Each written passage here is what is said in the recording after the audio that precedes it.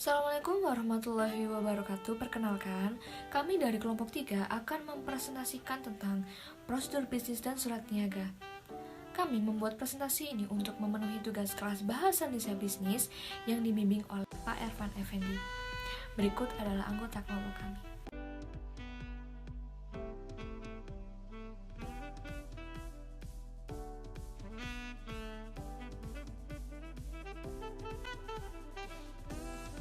Assalamualaikum warahmatullahi wabarakatuh. Nama saya Begzod Abdul Wahid. NPM saya 220061380001. Terima kasih banyak. Hai, perkenalkan nama saya Rizka SK Amda, NPM 21701081077. Assalamualaikum warahmatullahi wabarakatuh. Perkenalkan nama saya Sofil Fadilah, NPM 2190108. Salam kenal ya teman-teman. Assalamualaikum warahmatullahi wabarakatuh. Perkenalkan nama saya Iin Widiantasari, NPM 21701108127. Terima kasih. Perkenalkan, nama aku Nuri Antin Rahmadila, NPM 218010810555.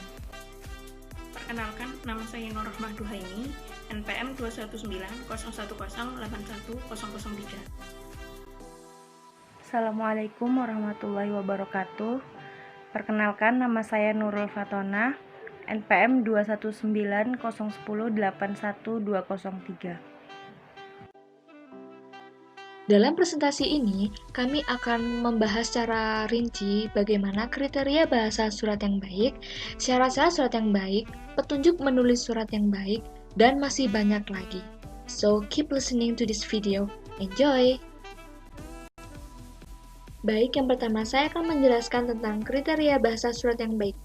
Agar surat mudah dipahami dan dimengerti, sebelum menulis surat, hendaknya kita memperhatikan beberapa kriteria dalam menulis surat. Adapun kriteria dalam menulis surat yaitu, surat harus disusun dengan teknik penyusunan yang benar. Yang kedua, isi surat harus dinyatakan secara ringkas, jelas, dan eksplisit atau tidak berbelit-belit. Yang ketiga yaitu, bahasa yang digunakan haruslah bahasa Indonesia yang benar atau baku, sesuai dengan kaidah bahasa Indonesia, baik mengenai pemilihan kata maupun kalimatnya. Begi, saya akan menjelaskan tentang syarat-syarat surat yang baik. Surat dikatakan baik yaitu apabila dalam penulisannya sudah sesuai dengan kaidah-kaidah dalam penulisan surat. Selain dari pemilihan bahasa, bentuk dan tulisan surat itu sendiri, ada beberapa hal yang juga harus diperhatikan. Hal-hal tersebut antara lain itu, yang pertama, jelas. Berarti tulisan mudah dibaca dan mudah dipahami baik dari identitas si pengirim surat, nama dan alamat yang dituju serta dari isi surat itu sendiri. Yang kedua, benar. Berarti isi surat dari surat tersebut memang benar maksud dan tujuannya, serta menggunakan kosakata yang baku. Yang ketiga, sopan.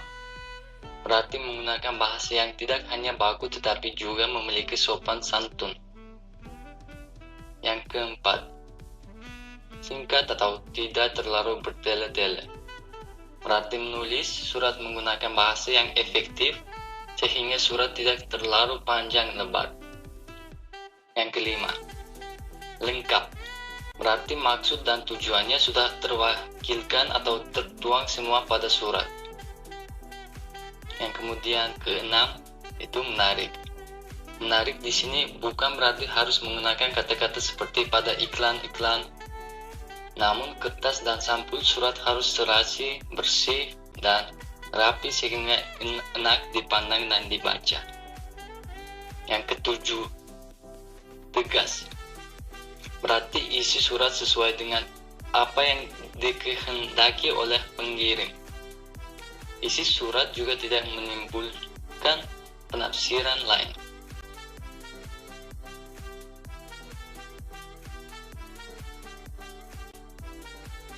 Saya akan menjelaskan tentang petunjuk menulis surat yang baik.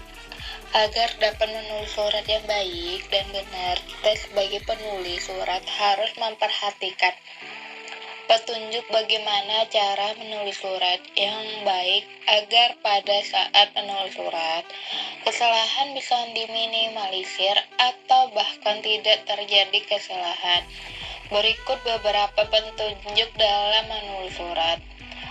Menetapkan lebih dahulu maksud surat, yaitu pokok pembicaraan yang ingin disampaikan kepada penerima surat. Apakah itu berupa pemberitahuan, pernyataan, pertanyaan, permintaan, laporan, atau yang lainnya. Yang pertama, menetapkan urutan masalah yang akan dituliskan. Kedua, merumuskan pokok pembicaraan. Yang ketiga, menggunakan kalimat yang efektif. Yang A, sederhana, bersahaja, tugas, mudah, tidak berbelit-belit kata, maupun kalimat menggunakan kata-kata yang lazim digunakan. Yang ke B, ringkas, tegas, dan mudah dipahami. Yang ke C, jelas, tidak samar-samar, tidak meragukan, tidak paksa, tidak menimbulkan salah paham. Sopan, menggunakan kata-kata yang sopan, tahu harus, dan kata-kata resmi. Yang ke E, menarik, membangkitkan perhatian, tidak membosankan. Yang keempat, menghindari sejauh mungkin penggunaan singkatan atau akronomi. Yang kelima, memperhatikan dan menguasai format atau bentuk surat. Selanjutnya yaitu 1. Bahasa yang lugas.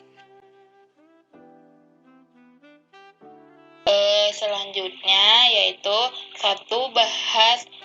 Bahasa yang lugas. Lugas artinya sederhana, praktis, bersahaja, atau disingkat simpel.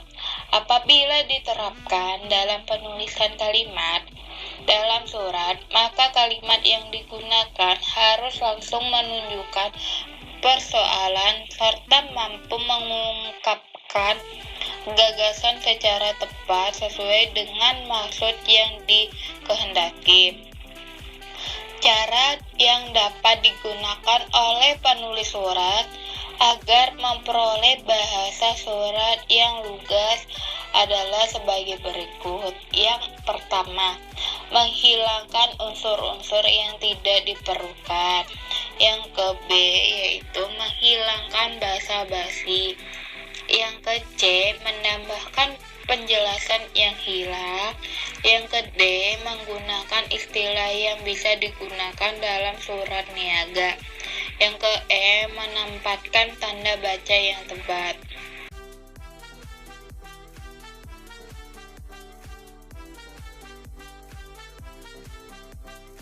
Nah, berikut adalah beberapa contoh tentang ungkapan yang berlebihan beserta beberapa bentuk yang lugas sebagai perbaikannya.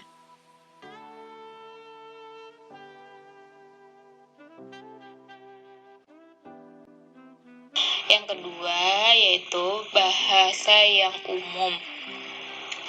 Bahasa yang umum dalam menulis surat yaitu bahasa yang standar dalam artian harus bebas dan dari dialek, slang, dan kata-kata beragam, serta diharuskan menggunakan ragam bahasa resmi.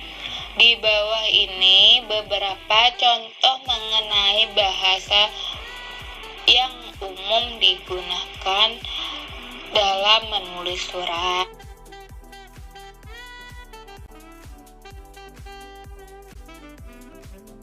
Selain kata-kata yang umum dalam menulis surat juga harus memperhatikan penggunaan kata-kata yang lazim digunakan masyarakat. Gunakan istilah bahasa, menggunakan istilah asing dalam surat.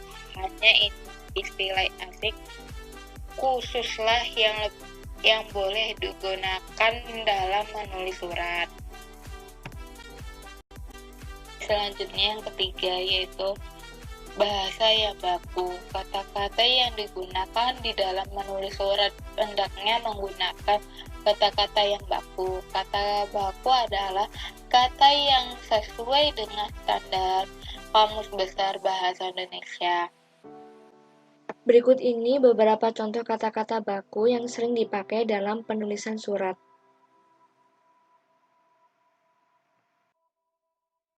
Yang keempat yaitu ungkapan tetap atau ungkapan idiomatik. Ungkapan tetap atau idiomatik merupakan susunan kata-kata ungkapan tetap yang bersifat permanen. Unsur-unsurnya tidak boleh dipertukarkan dan tidak boleh ditambah atau dikurangi. Di dalam isi surat, ungkap tetap ada yang dipakai pada awal alinea atau sebagai kalimat pokok dan ada pula di tengah alinea atau sebagai kalimat pengembang. Di bawah ini merupakan beberapa contoh dari ungkapan tetap. Pemakaian ejaan yang disempurnakan atau EYD. Ejaan merupakan keseluruhan sistem dan peraturan penulisan bunyi bahasa untuk mencapai keseragaman. Ejaan yang disempurnakan adalah ejaan yang dihasilkan dari penyempurnaan atas ejaan-ejaan sebelumnya. Ejaan yang disempurnakan mengatur penulisan huruf, pemakaian huruf kapital dan huruf miring. Huruf kapital dipakai sebagai huruf pertama pada awal kalimat, petikan langsung, ungkapan yang berhubungan dengan nama Tuhan, nama gelar kehormatan, unsur nama jabatan, nama orang, nama bangsa, suku, tahun, bulan, nama geografi, dan lain-lain. Selanjutnya itu adalah huruf miring. Huruf miring dalam penulisan surat dipakai untuk menuliskan nama buku, majalah, surat kabar yang dikutip dalam tulisan, nama ilmiah atau ungkapan asing, dan untuk menegaskan huruf, bagian kata, atau kelompok kata. Selanjutnya adalah penulisan kata. Kata dasar selalu ditulis sebagai satu kata yang berdiri sendiri. Penyerapan dari bahasa asing diatur dalam beberapa ketentuan. Berikut adalah contoh kata unsur serapan. Pemakaian tanda baca dan tanda koreksi. Tanda baca adalah simbol yang berperan untuk menunjukkan struktur dan organisasi suatu tulisan dan juga intonasi serta jeda yang dapat diamati sewaktu pembacaan. Tanda koreksi adalah tanda untuk memperlihatkan perlunya pembetulan dan menunjukkan bagian-bagian yang perlu dibetulkan. Berikut adalah tanda baca terpenting yang banyak dipakai dalam penulisan surat. 1. Tanda titik.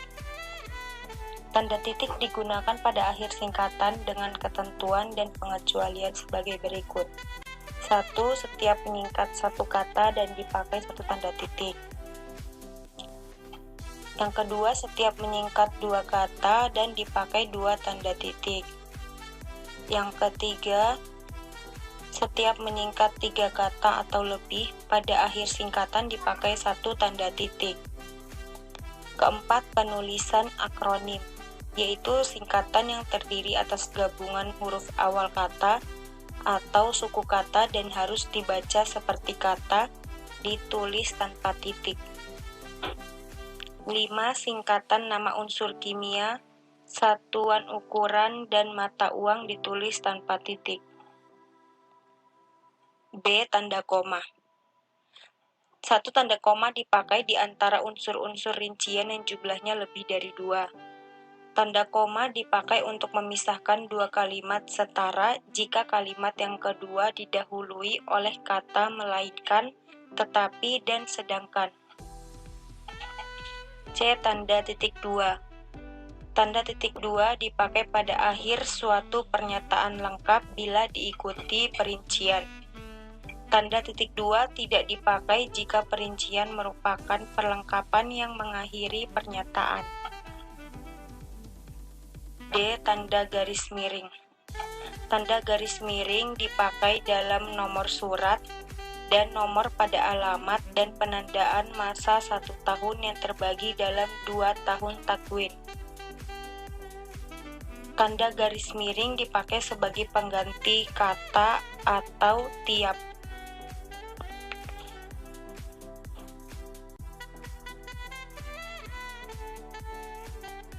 Selanjutnya, saya Nur Rahmah akan menjelaskan tentang beberapa istilah yang digunakan dalam dunia usaha yang tidak dapat diterjemahkan ke dalam bahasa Indonesia. Yang pertama ada daftar harga. Daftar harga ialah harga dari beberapa barang yang didaftar dalam buku atau selebaran yang dilengkapi dengan keterangan jual beli seperti dalam katalog. Daftar harga ini sangat berguna bagi calon pembeli untuk menyesuaikan keadaan keuangan calon pembeli, mendapatkan barang-barang bermutu walaupun dengan harga yang mahal, dan dapat membantu dalam menentukan harga pokok standar dalam memperoleh laba. Yang kedua ada katalogus. Katalogus ialah daftar yang memuat berbagai jenis produksi dari suatu perusahaan. Katalogus dapat berbentuk buku atau selebaran yang memuat berbagai keterangan, yakni gambar, ukuran, tipe, harga, keterangan singkat barang tersebut, nomor kode, dan sebagainya. Kemudian ada brosur. Brosur adalah selembaran keterangan mengenai barang yang akan dipromosikan dari suatu produk baru. Keterangan tersebut meliputi keadaan barang, merek, cara membayar, dan syarat lain yang berhubungan dengan jual beli. Yang keempat, akumulasi biaya atau accumulation of cost. Maksudnya adalah himpunan biaya yang akan dibebankan pada produk, proses, atau pesanan. Selain akumulasi biaya, ada biaya langsung atau direct expense. Biaya di sini adalah pengeluaran uang dan pemakaian jasa yang secara langsung berkaitan dengan suatu bidang kegiatan barang yang sudah selesai diproses dan siap untuk dijual atau digunakan. Yang keenam, biaya pengangkutan. Biaya ini diperlukan untuk pengangkutan bahan, produk, barang, dan orang. Kemudian ada istilah buku besar atau ledger, yaitu kumpulan semua transaksi baik secara terperinci maupun garis besar saja. Yang ke-8 buku harian atau daybook. Buku ini digunakan untuk mencatat perincian transaksi usaha berdasarkan urutan waktu. Yang ke-9 leaflet. Leaflet ini adalah selembaran kertas berlipat yang memuat gambar-gambar yang dilengkapi dengan keterangan. Kemudian booklet. Booklet ini adalah buku yang berisi keterangan mengenai data suatu barang yang secara lengkap dan jelas. Dan yang terakhir adalah logo gudang. Yang dimaksud logo gudang adalah penjual menyerahkan barang-barang dalam keadaan belum dibungkus atau ditimbang, sehingga pembeli harus menanggung ongkos pengapakan, penimbangan, dan lain-lain.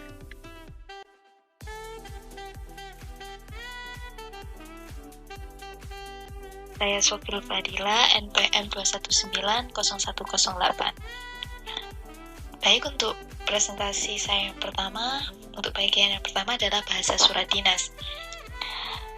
Surat dinas ini adalah surat resmi yang pastinya menggunakan kalimat-kalimat yang tidak sembarangan. Jadi, kalimat-kalimat yang digunakan dalam surat dinas harus, yang pertama, sesuai dengan kaidah bahasa. Yang kedua, singkat dan jelas. Dan yang ketiga, mudah dibaca. Dan yang keempat, memiliki subjek dan predikat. Itu harus ya, teman-teman. Dan untuk bagian kedua yang saya presentasikan adalah proses menulis untuk pesan bisnis. Dalam proses menulis pesan bisnis akan lebih mudah jika mengikuti rencana yang sistematis. Urutan rencana yang sistematis ada 3 bentuk. Yang pertama adalah pre-writing atau sebelum menulis. Dalam tahap ini, kita harus mempersiapkan diri untuk menulis. Tulisan yang akan dibuat nantinya akan dibaca oleh banyak orang. Beberapa dari mereka adalah orang yang tahu akan tatanan atau cara dalam penulisan pesan bisnis. Dan mungkin sebagian dari mereka ada yang mengajukan juga. Dalam persiapan menulis tentang pesan bisnis adalah membuat percaya bahwa dengan mengubah sistem antrian menjadi single line akan meningkatkan pelayanan dan mengurangi kekacauan sehingga membuat pelanggan menjadi lebih nyaman. Dan untuk yang kedua Sistematis yang kedua adalah writing. Writing ini adalah menulis. Dalam tahap ini, yaitu pencarian, pengorganisasian, dan penggabungan isi pesan. Dalam pencarian informasi tulisan ini, Anda bisa saja bertanya pada bisnis lain yang menggunakan single line, atau pelanggannya sehingga Anda dapat memperhatikan saingan Anda. Tahap akhir bagian kedua ini adalah menggabungkan dan memberi tanda pada tulisan Anda sehingga revisi akan mudah dilakukan. Dan yang terakhir atau yang ketiga, dan sistematisnya adalah revising atau memperbaiki tulisan. Dalam tahap ketiga ini, pengkoreksian dan evaluasi tulisan setelah menulis adalah poinnya. Dan waktu banyak dihabiskan untuk revisi pesan dalam tulisan untuk menjadi lebih jelas, konsisten, dan dapat dibaca, sehingga pada tahap ini hati-hati untuk memastikan ejaan, tata bahasa, kecermatan, dan formatnya. Dan bagian terakhir melibatkan evaluasi pesan Anda untuk menentukan apakah ini menyelesaikan tujuan. Dan untuk bagian terakhir yang saya presentasikan adalah memperbaiki teknik penulisan. Yang pertama adalah penelitian. Penelitian penting dilakukan sebelum memulai menulis karena informasi yang dikumpulkan bisa membantu untuk menentukan pesan. Dan yang kedua adalah metode penelitian formal. Laporan yang panjang dan masalah bisnis yang cukup rumit umumnya memerlukan metode penelitian formal. Untuk mengadakan penelitian formal, Anda harus yang pertama mencari secara manual. Anda harus menemukan latar belakang yang sangat membantu dan tambahan informasi melalui pencarian. Yang kedua, akses elektronik. Yang ketiga, berdasarkan sumber. Dan yang keempat adalah mengadakan percobaan ilmiah. Baik, untuk selanjutnya, penelitian informal. Berikut teknik mengumpulkan data informal. Yang pertama, melihat ke file-file. Jika Anda ingin melakukan penyelidikan, Anda bisa mendapatkan jawaban dari penyelidikan tersebut dengan meneliti file-file yang ada di perusahaan. Dan yang kedua, bicara dengan atasan.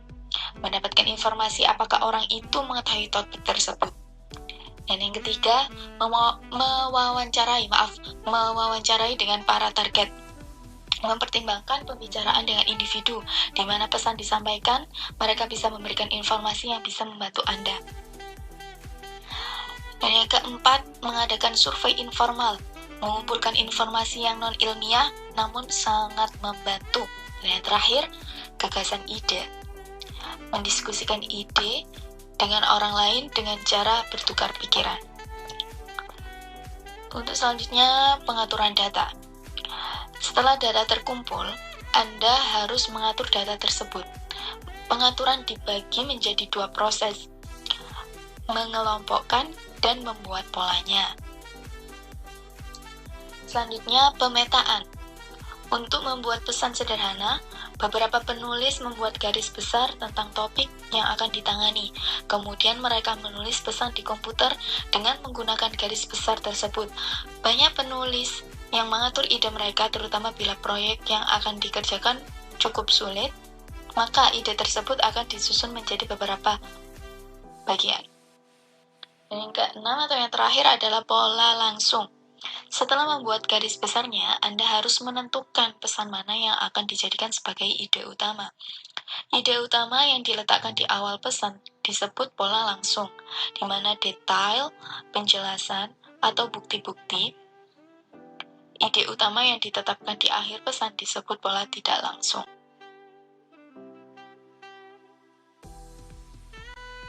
Saya mewakili rekan-rekan kelompok saya mengucapkan terima kasih atas perhatiannya, khususnya kepada Bapak dosen pembimbing, Bapak Irfan Effendi, dan juga teman-teman sekalian.